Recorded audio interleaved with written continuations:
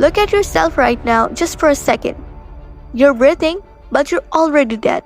Your dreams, killed by your own excuses. Your potential, rotting in the graveyard of someday. And your fire, extinguished by cheap dopamine and endless scrolling.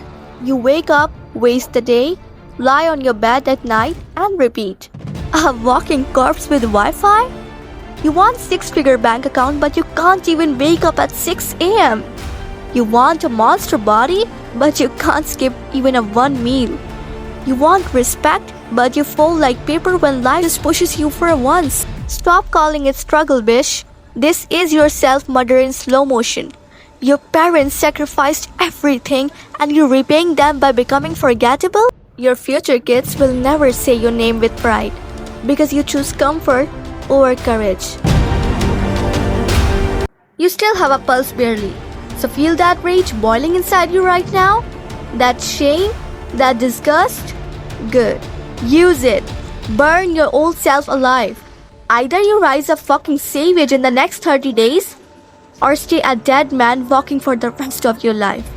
Clock is ticking. No more soft words. No more next week. Just decide it right now.